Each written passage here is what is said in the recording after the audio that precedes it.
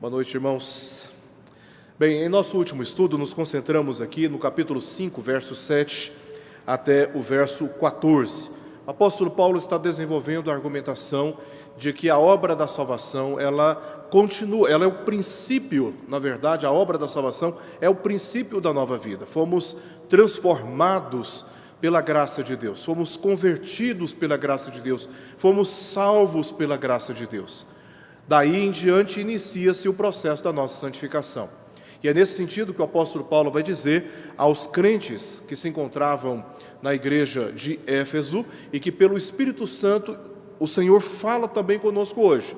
Devemos andar em unidade, devemos andar em santidade, devemos andar em amor.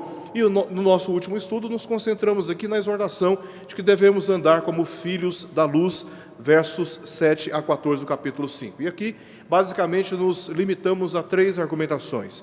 Precisamos rejeitar as más companhias, influências que não nos edificam, influências que não nos ajudam a andar conforme o Senhor deseja que andemos. Também não apenas deixar as más companhias, no sentido de não permitir que exerçam influência sobre nós, mas que nós exerçamos influência sobre elas.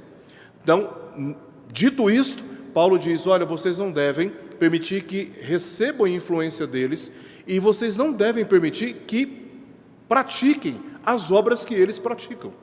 Então, esse argumento de Paulo se encontra nos versos 11 ao verso 13 do capítulo 5, e ele conclui aqui chamando a atenção, fazendo um apelo para que eles seguissem o exemplo de Jesus. E aí no verso 14 nós lemos o seguinte: desperta, ó tu que dormes, levanta-te de entre os mortos e Cristo te iluminará.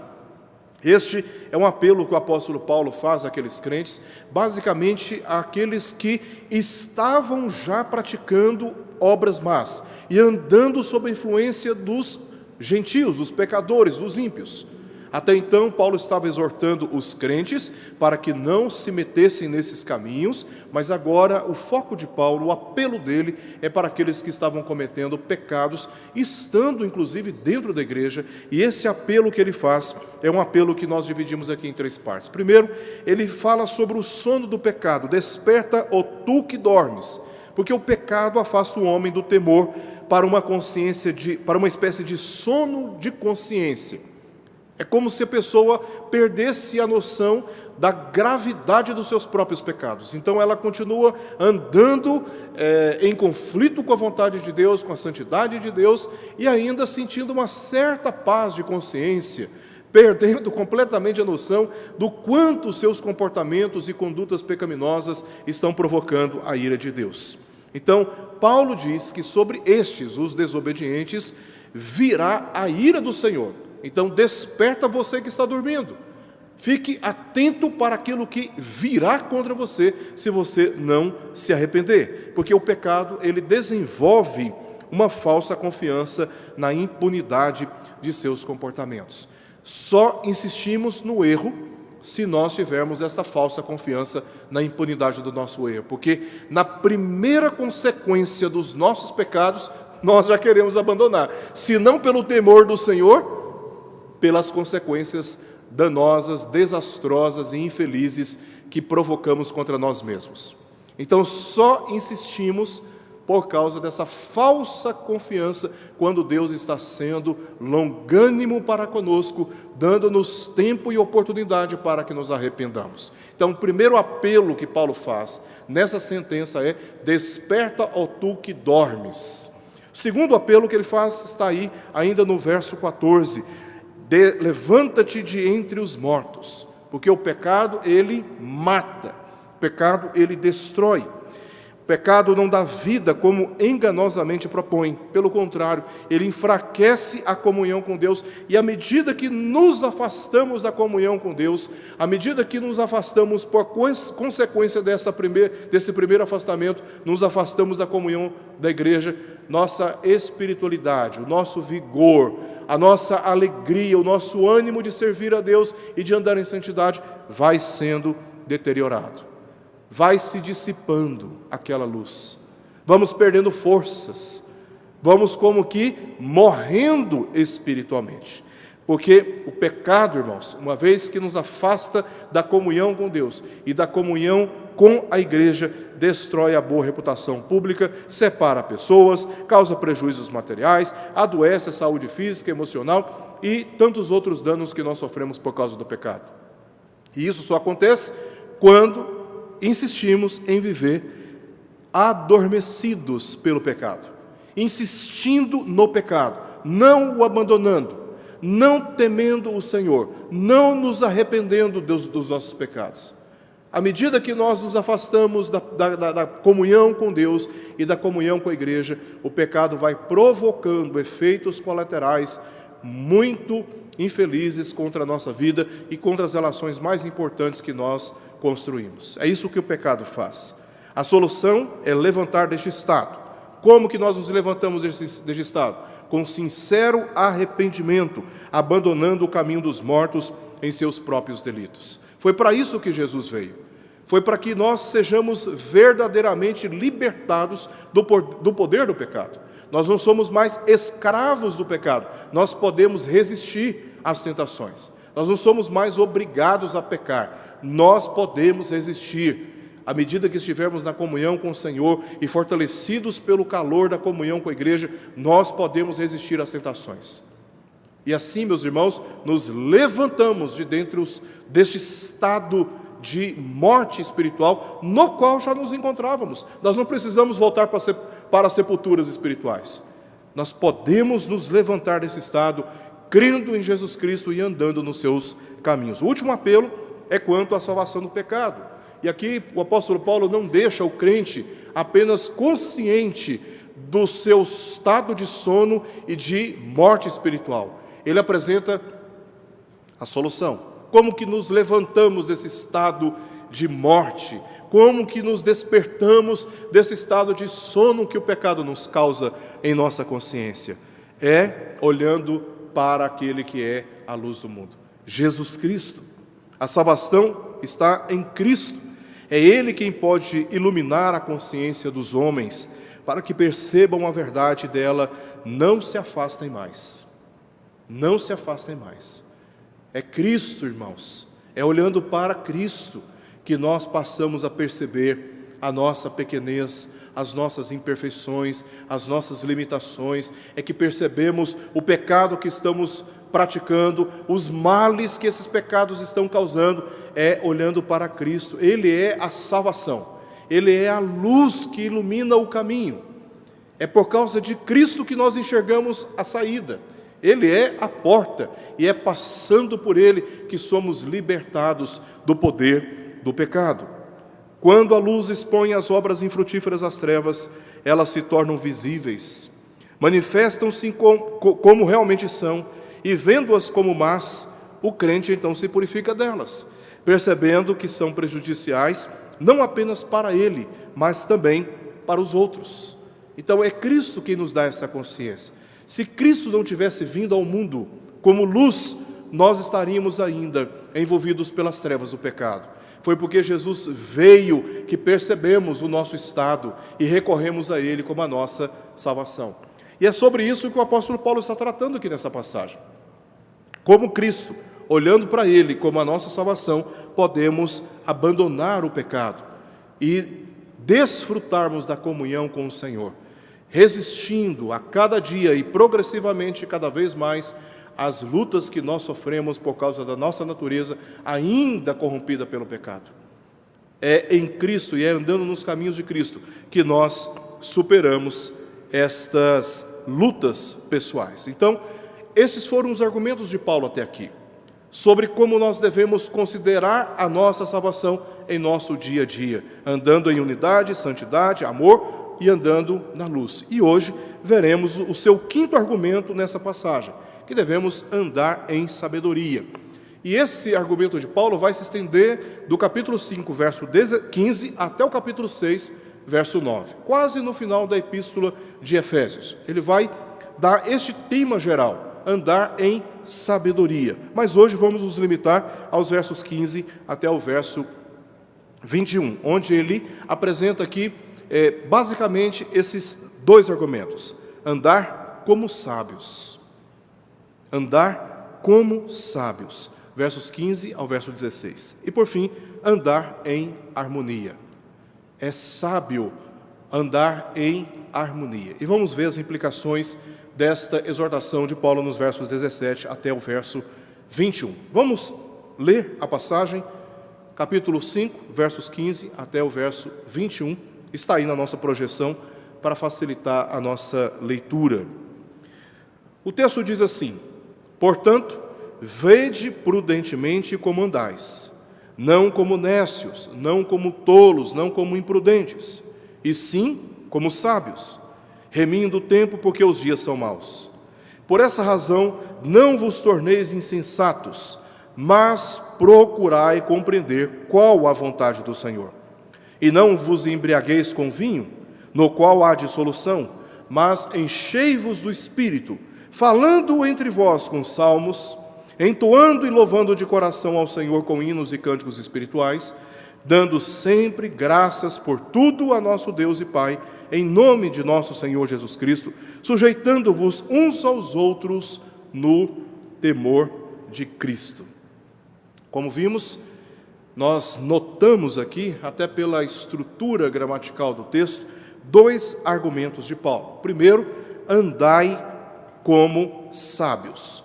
Andai como sábios. Versos 15 até o verso 16. Vamos ler esses versos, são curtinhos. Eles dizem assim, novamente: portanto, vede prudentemente como andais, não como nécios, e sim como sábios, remindo o tempo, porque os dias são maus. O que Paulo está falando aqui nessa passagem? Veja como ele começa. Ele começa com essa conjunção, portanto. O que ele está dizendo aqui está em relação imediata com aquilo que nós lemos no verso 11. Não sejais cúmplices nas obras infrutíferas das trevas. Portanto, e aí ele apresenta agora como o crente deve proceder. Não sejam cúmplices das obras infrutíferas das trevas.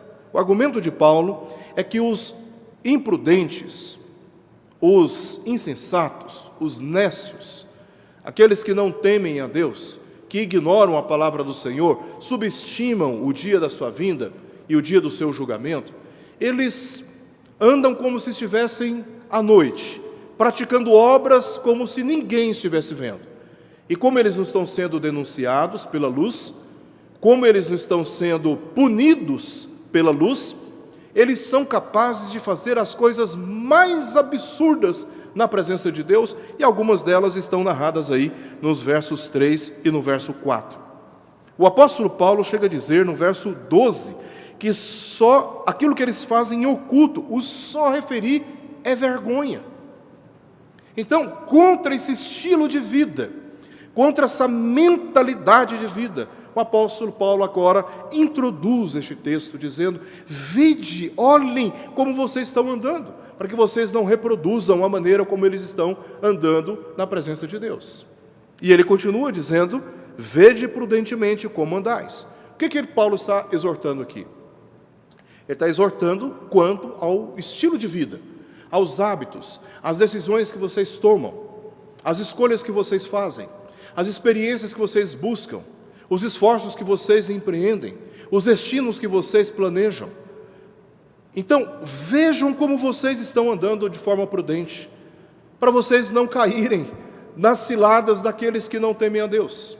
Então, o ponto de Paulo aqui é quanto ao estilo de vida. O estilo de vida do cristão é totalmente diferente do estilo de vida daquele que é incrédulo e que não confia na verdade da palavra de Deus. E aí, nesse sentido, ele mostra um conflito aqui entre eles e aqueles, entre aqueles que são filhos da luz e aqueles que vivem nas trevas. Não, sim. Veja, ele apresenta aqui um conflito, uma oposição. O estilo de vida de um é totalmente diferente do outro e, portanto, não pode haver comunhão, conciliação, acordo. Nós estamos rumando para a Jerusalém celestial, estamos indo para a presença maravilhosa do nosso Deus. O caminho é estreito, O caminho do Senhor é marcado pela prudência, pelo temor, pela verdade, pela santificação, pelo abandono do pecado, pelo amor ao próximo, pelo cuidado do nosso casamento, da nossa família, pela diligência da nossa profissão, pelo bom testemunho moral, olhando para o testemunho do próprio Senhor Jesus Cristo. Nós reverenciamos o Senhor nosso Deus como o único verdadeiro Deus, que ninguém em toda a face da terra pode invocar outro semelhante a Ele. Nós temos um Salvador, que é Jesus Cristo. Nós não precisamos de amuletos para apresentar as nossas petições, para apresentar as nossas venerações. Nós adoramos somente a Deus, e somente Ele ouve as nossas orações, e somente Ele exerce a sua misericórdia por nós. O caminho que nós escolhemos viver é um caminho que se opõe ao estilo de vida das pessoas, e o próprio que não teme a Deus, e o próprio texto, na linguagem de Paulo, no argumento de Paulo, mostra esse contraste. Não como os nécios, e sim como sábios. São condutas totalmente diferentes. Não seja nécio, louco, tolo, insensato, imprudente, incoerente. Pelo contrário, sejam sábios, coerentes, sensatos. Veja, é um estilo de vida totalmente diferente. E como que nós estabelecemos isso? Diz o apóstolo Paulo, remindo o tempo. E o remir aqui, essa palavra que aparece aqui na língua grega, ela é uma palavra usada para se referir a um produto que você encontra numa gôndola de supermercado, contextualizar aqui para nós. Então você deseja aquilo, e aí você procura saber qual é o preço. Quando nós vamos no supermercado, encontramos um produto que queremos levar, temos interesse por ele, não tem preço. O que é que nós fazemos? Procuramos uma maquininha, ou vamos lá no atendente, pedir para conferir o preço. Então você identificou o preço. O que é que você faz? Pelo interesse deste preço, você paga o preço. A ideia é que você está retirando do mercado, com um pagamento de preço, você está resgatando aquilo e dando um propósito, dando uma finalidade, dando um significado, dando um sentido. É isso que Paulo está dizendo. Olha, não seja nécio, porque o nécio, ele ignora que o tempo está passando, mas vocês não. Vocês precisam resgatar o significado, o valor do tempo. E quando vocês fazem isso, vocês estão agindo com sabedoria, com prudência. Vocês não estão ignorando o tempo que está chegando, o fim do tempo que está chegando. E a razão está aqui, porque os dias são maus. Essa é a razão que ele apresenta. Remir o tempo, ou administrá-lo com sabedoria, na exortação de Paulo aos crentes, é um exercício da fé que deve guiar a nossa experiência nesta vida. Não sei se você já parou para pensar sobre isso, mas Paulo está aplicando como exercício da fé, como testemunho de vida cristã, a maneira como nós lidamos com o tempo. A maneira como nós lidamos com o tempo é capaz de dar testemunho da nossa fé ou da ausência dela no Senhor. Então Paulo está apelando para que sejamos prudentes, sábios, remindo o tempo. Tanto a ideia de valorizar e usar o tempo de modo produtivo, quanto aproveitar as oportunidades que ele oferece, estão presentes aqui nesta exortação. Muitos perdem tempo demais com aquilo que não edifica, ou não usam a oportunidade que o tempo lhe apresenta para resgatar o vigor da sua fé, aproveitando oportunidades de reuniões, de orações, de estudos da palavra de Deus, de ouvir cânticos que edificam, que inspiram, que moldam, que regulam, que restauram, que santificam os nossos pensamentos, os nossos desejos, os nossos interesses. Não usam o tempo para produzir vigor na fé, para fortalecer a fé. Fica usando o tempo muitas vezes para alimentar a preguiça, deixando de trabalhar, de se esforçar, em busca de futilidades, também a acomodação e falsas expectativas sobre a vida.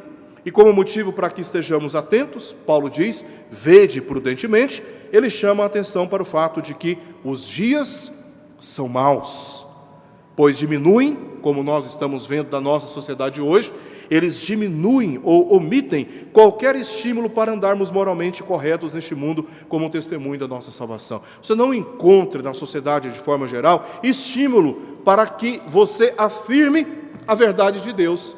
Está crescendo cada vez mais uma pressão para que você se cale, para que você não afirme as verdades de Deus, para que você não exorte as pessoas pelas suas condutas pecaminosas. Você não encontra na sociedade de forma geral, pelos meios de comunicação, há uma influência do pecado dominante no mundo que jaz no maligno. Apesar de toda a beleza e de todas as coisas boas que existem no mundo, dos prazeres que podemos encontrar no mundo, de forma geral, a sociedade humana que está escravizada no pecado serve os interesses dos reinos das trevas e não os interesses do reino de Deus. Não foi à toa que o apóstolo Paulo disse claramente, verso 7, portanto, não sejais participantes com eles. Verso 11, e não sejais cúmplices nas obras infrutíferas das trevas, antes, porém, reprovai-as. Porque este meio no qual nos encontramos, essa sociedade na qual nos encontramos, nós não encontramos estímulos para vivermos cada vez mais vigorosamente a fé que temos na pessoa de Jesus Cristo. O mal, ele distrai, o mal, ele confunde, o mal, ele corrompe os valores. Se você pegar aí 20 anos atrás, 30 anos atrás, 40 anos atrás, 50 anos atrás, como que os filhos lidavam com os pais, com os professores, com as autoridades policiais, com os governantes? E hoje? Como que as pessoas lidam hoje com seus pais? Desonram seus pais, maltratam seus pais, gritam com seus pais, desobedecem os seus pais, enfrentam a autoridade dos seus pais, de pastor, de polícia, de governante, do magistrado civil de forma geral, dos professores. Hoje não há mais respeito com a figura de autoridade. Está cada vez mais raro vermos cortesia, boa educação, sujeição voluntária, apreço por aqueles que estão exercendo autoridade. Isso, irmãos, estou falando somente de uma esfera da sociedade. O que poderíamos dizer a respeito da moralidade neste mundo? O quanto mudou de 40, 50 anos atrás para cá? Como mudou? Hoje é praticamente normal você colocar dois rapazes fantasiados de mulheres, simulando relação sexual, numa escola infantil, na presença de muitas crianças. Isso é normal hoje. E ai daquele que disser está errado e reprovar essas obras infrutíferas das trevas. É por isso que Paulo está dizendo, olha, os dias são maus. Vocês precisam remir o tempo, resgatar o significado e o valor do tempo, usando a favor da sua edificação, do seu crescimento, porque os dias são maus. Os dias são maus. E a gente acha que as coisas vão melhorar, né? Fico vendo alguns aí apelando e numa expectativa de que no mundo haverá um avivamento que vai começar num lugar e vai se espalhar para o mundo inteiro. Até quando nós olhamos as perspectivas escatológicas, as profecias pronunciadas por Jesus Cristo, de como o mundo convulsionará cada vez mais à medida que o dia se aproxima. A expectativa que eu tenho, meus irmãos, é de que a igreja militante, guiada pelo Espírito Santo, estará pregando o Evangelho em todo o mundo, em toda criatura. Se falamos em avivamento, esse é o avivamento que eu espero. E esse é o avivamento que eu quero participar. Levar o Evangelho de Jesus Cristo a todo o mundo. Agora, pensar que as coisas vão ficar cada vez melhores, do ponto de vista da sociedade geral humana, inclusive da própria natureza, da ordem da natureza, o que nós estamos vendo é o contrário. Moralmente o homem está se degradando e a natureza está cada vez mais gemendo. Sabe por quê? Porque o dia se aproxima. O tempo está chegando. O fim do tempo está chegando. O justo juiz está chegando. Está chegando. E até que esse dia chegue, segundo a revelação que João teve do final dos tempos é de muita tribulação, meus irmãos. Dias maus, dias maus. Então, o apelo de Paulo, considerando essa verdade da Escritura, é que rimamos o tempo, rimamos, não sei se essa palavra mesmo, né? É para que estejamos remindo o tempo. Acho que aí encaixou melhor. Em razão disso, devemos buscar a orientação na sabedoria da palavra de Deus e sermos criteriosos na administração do tempo. Se nós quisermos andar em conformidade com essa exortação, atender este apelo da palavra de Deus para remirmos o tempo, nós temos que recorrer à sabedoria da palavra de Deus. E aí então nós aprenderemos a andar em sabedoria. Veja o que Paulo diz: vede prudentemente como andais.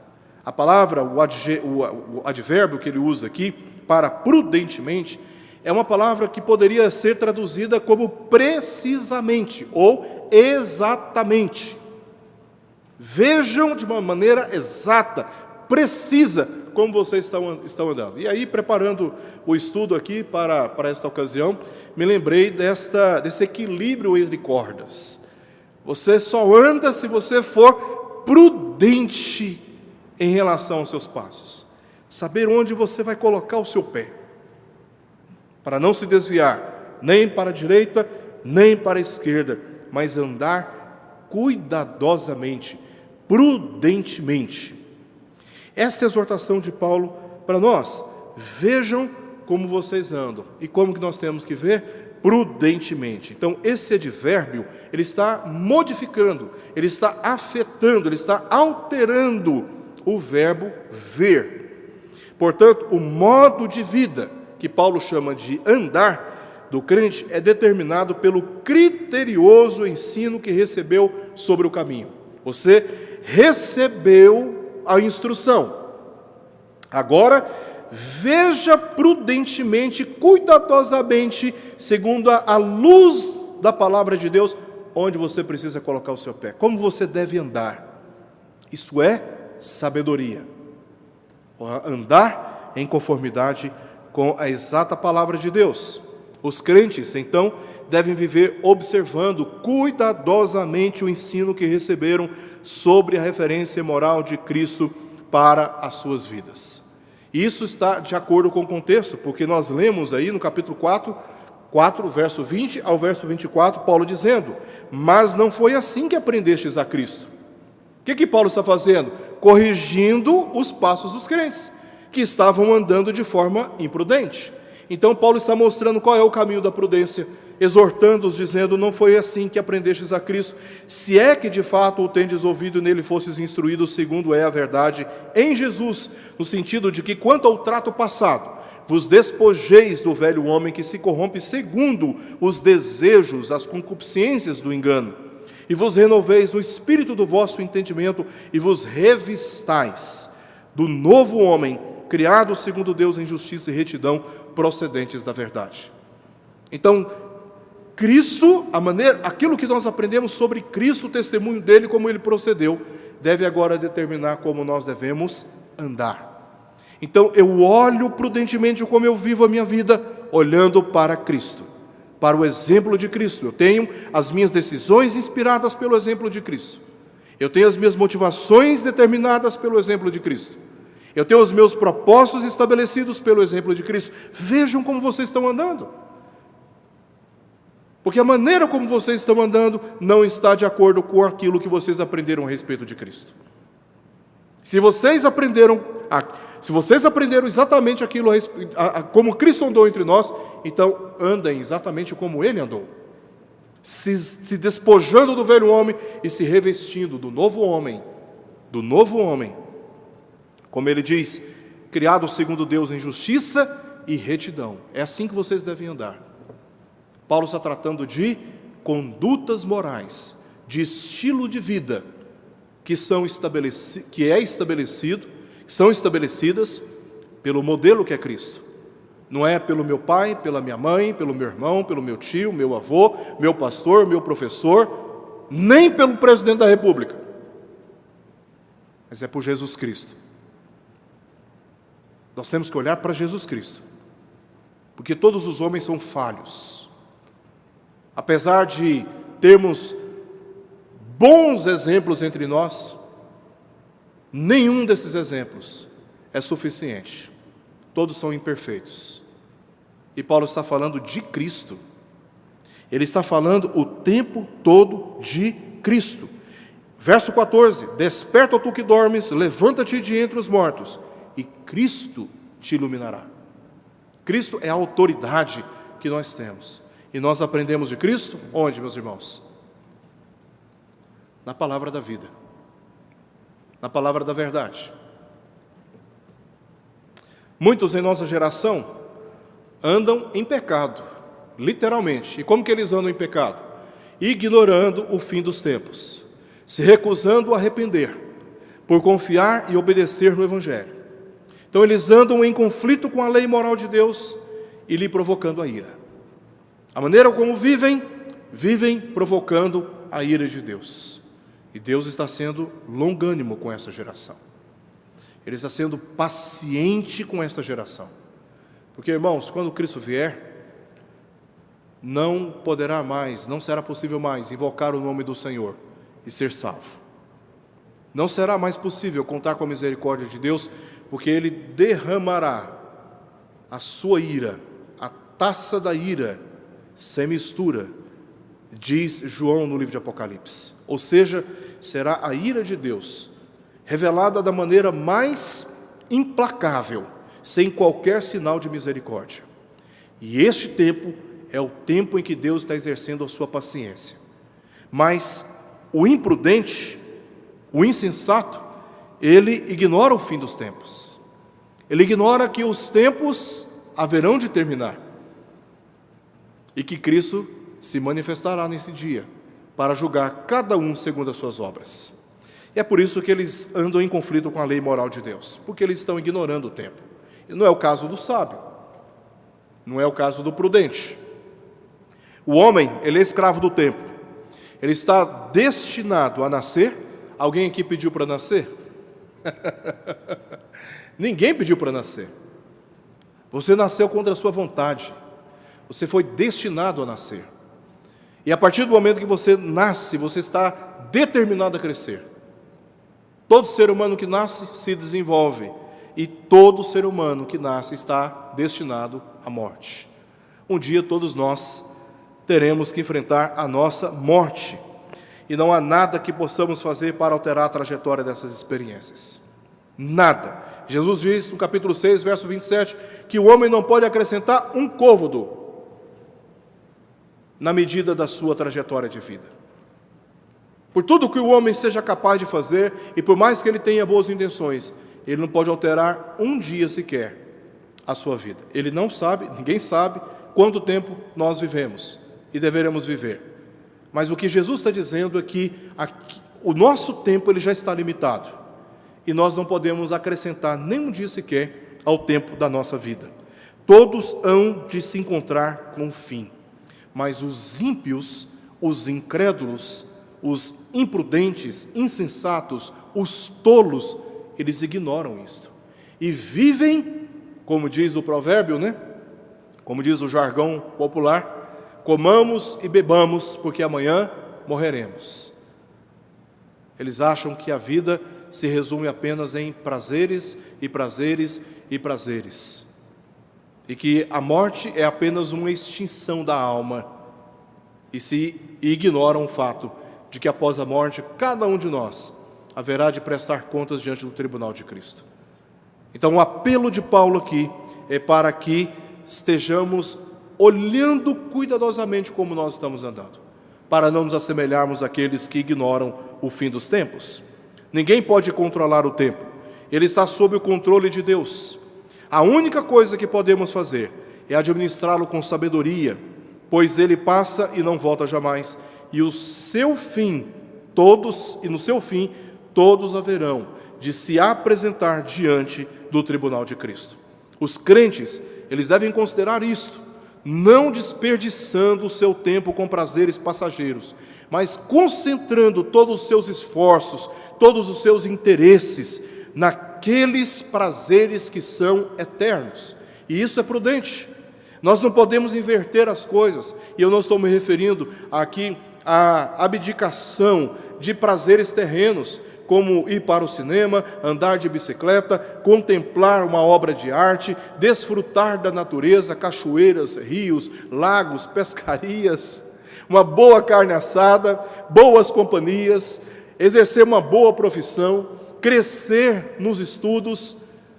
Eu não estou me referindo a essas coisas como coisas ruins, mas na busca dessas coisas, dessas experiências terrenas, nós não podemos nos esquecer, meus irmãos, que a nossa esperança não se limita às coisas dessa vida.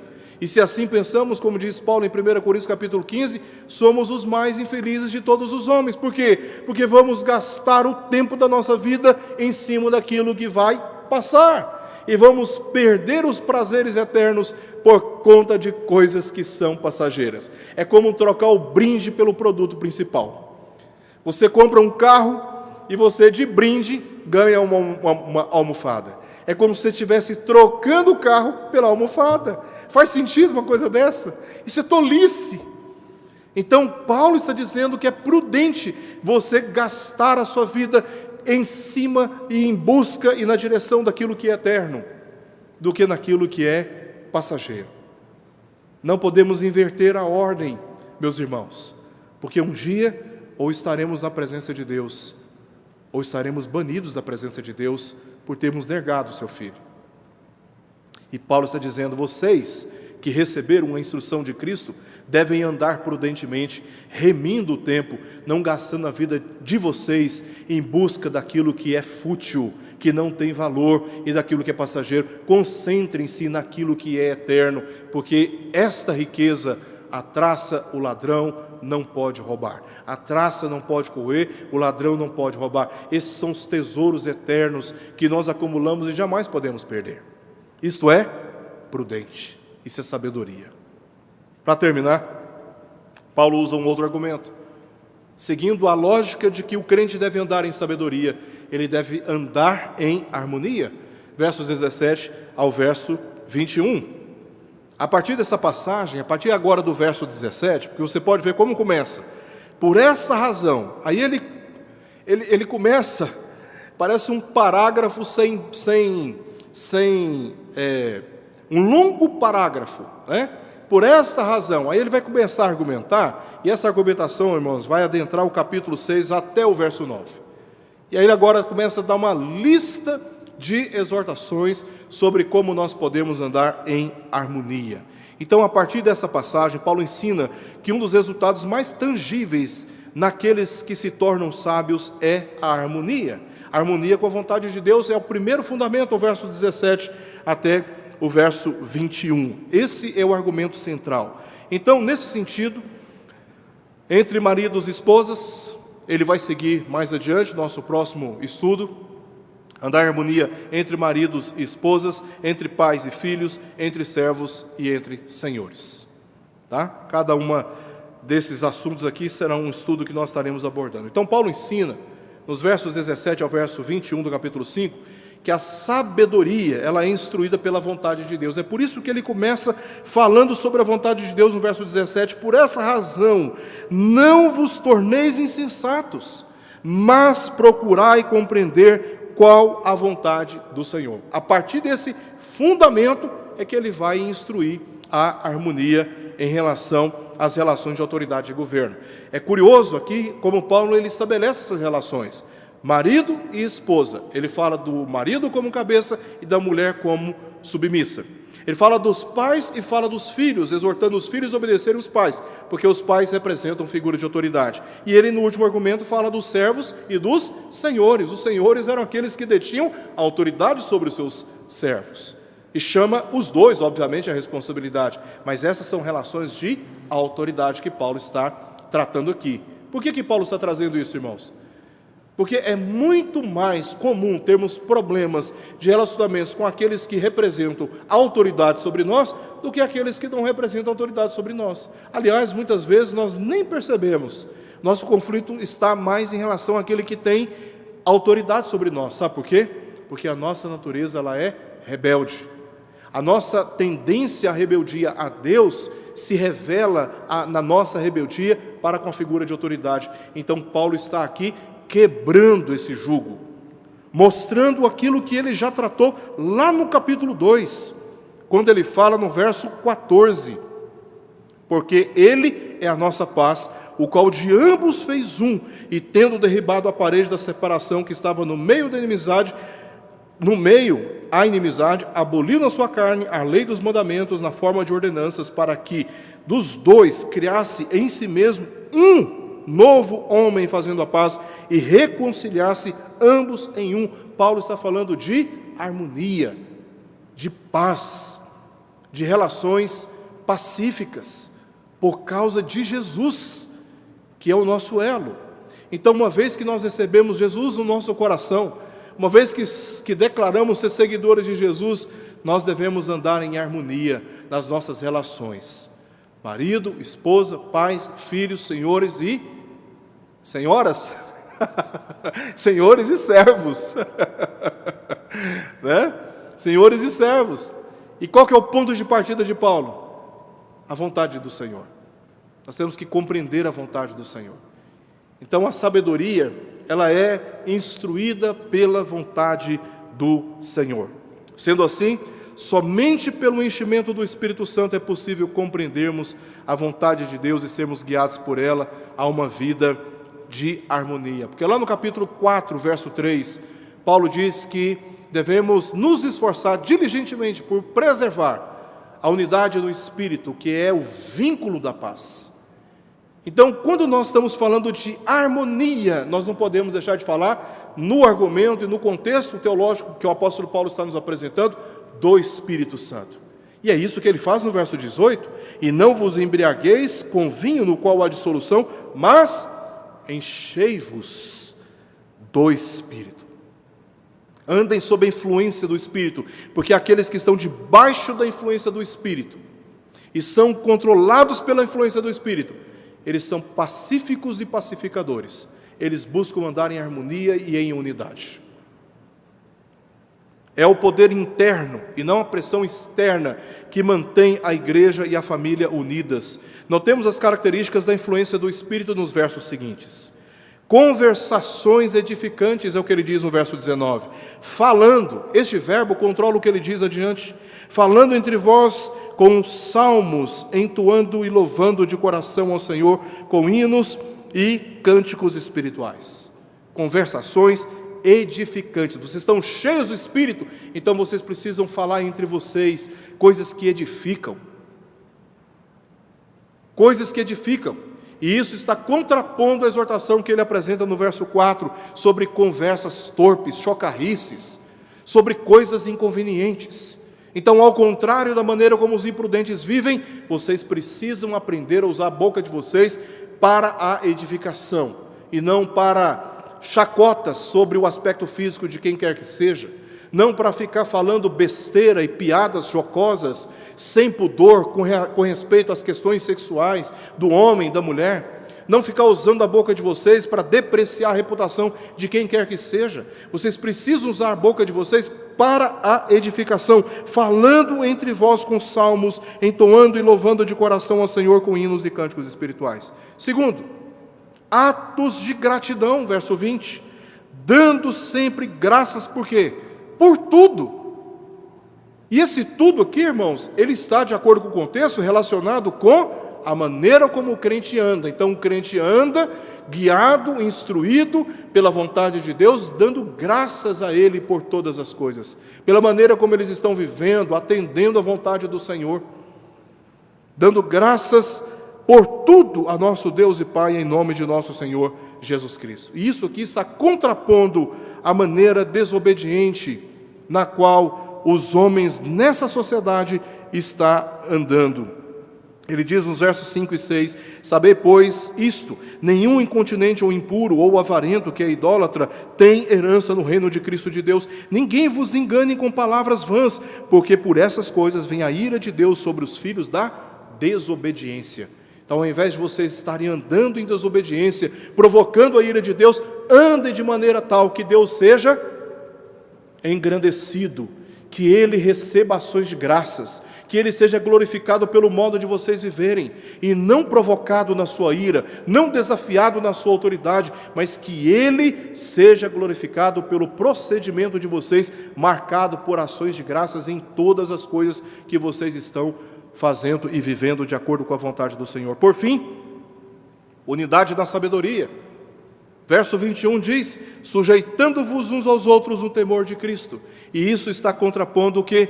A tolice dos insensatos. Verso 7, portanto, não sejais participantes com eles. Ao invés de vocês se unirem com os insensatos, vocês que são prudentes e tementes a Deus, sirvam uns aos outros.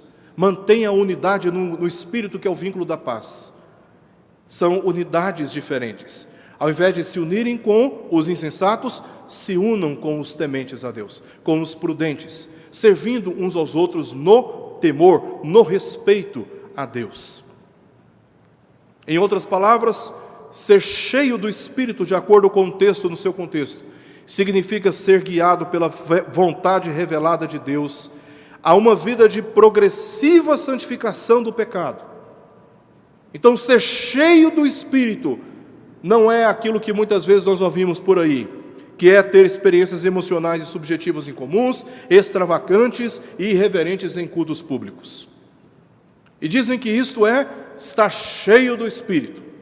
Se está falando em línguas estranhas, se está caindo, se está dando crises de risos, se está dançando no meio da igreja, se está pulando, se está dando gritos estranhos, está cheio do Espírito. Mas quando nós vamos para o texto, à luz do seu contexto, o que nós percebemos no argumento de Paulo não é isto.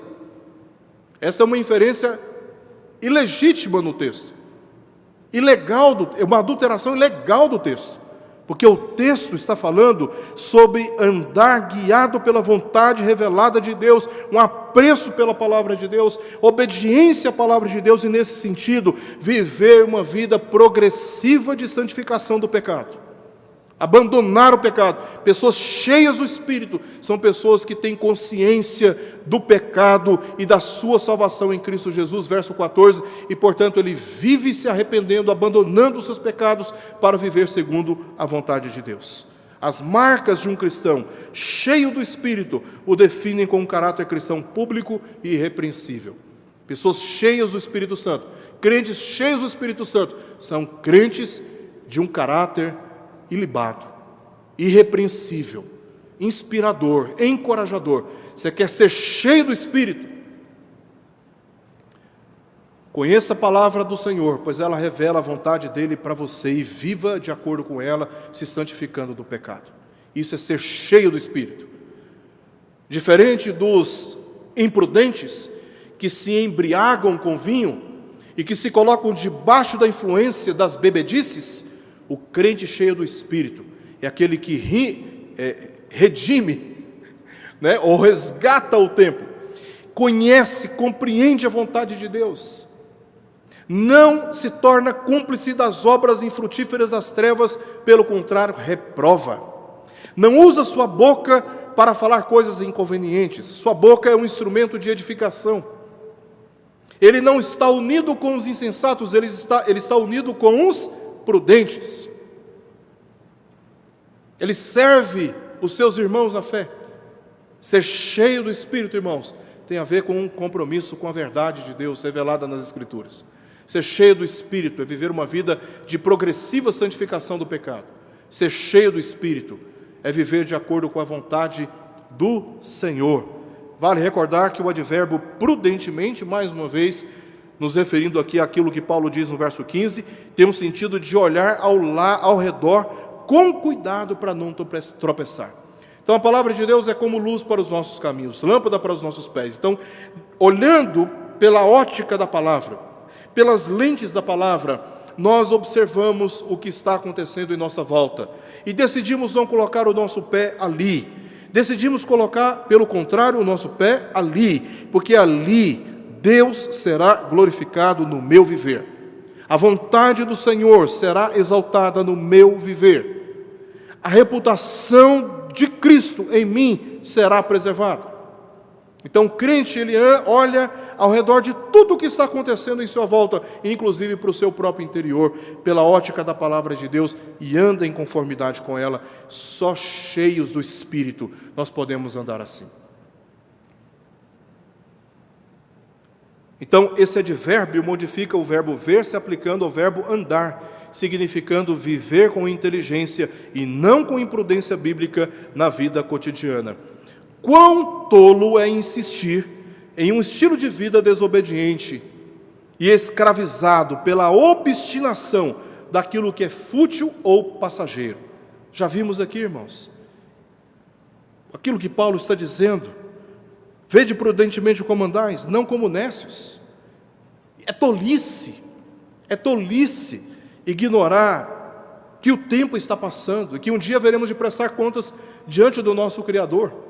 É tolice nos colocar debaixo dessa obstinação por aquilo que é fútil e não por aquilo que é eterno.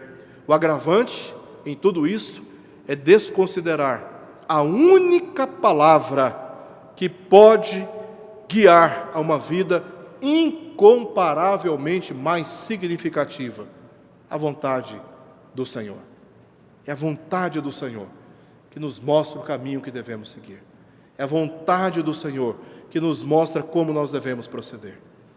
Então nós temos que nos apegar às Escrituras, temos que amar as Escrituras, temos que provar as Escrituras, temos que nos alimentar das Escrituras, temos que encher o nosso coração das Escrituras, para andarmos conforme a compreensão da vontade de Deus para nós.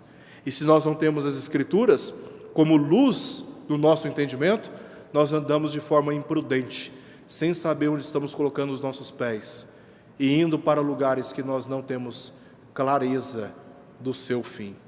A palavra de Deus é que nos dá consciência, convicção e segurança sobre os rumos que nós devemos ter nessa vida, inclusive em relação a certos interesses, desejos, procedimentos, escolhas, decisões que nós precisamos colocar sob a influência da vontade do Senhor. Vamos orar?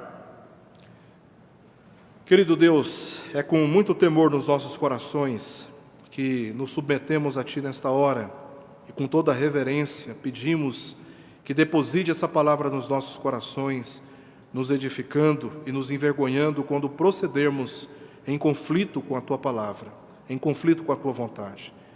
É fato, Senhor, que, impulsionado por uma natureza corrompida como a temos, agimos muitas vezes sem nos dar conta que estamos ofendendo a Tua santidade.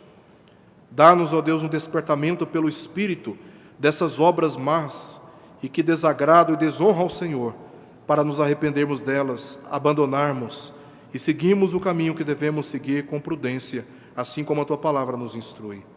Encha-nos, ó Deus, portanto, do Teu Espírito, pois dependemos dele para vivermos em conformidade com tudo o que aprendemos aqui. Nós rogamos por ele, rogamos pela influência dele e fazemos isto em nome de Jesus. Amém. Nós vamos interromper agora a transmissão, e se alguém tiver alguma dúvida sobre o assunto que nós tratamos aqui, poderão apresentar suas dúvidas e vamos tentar responder.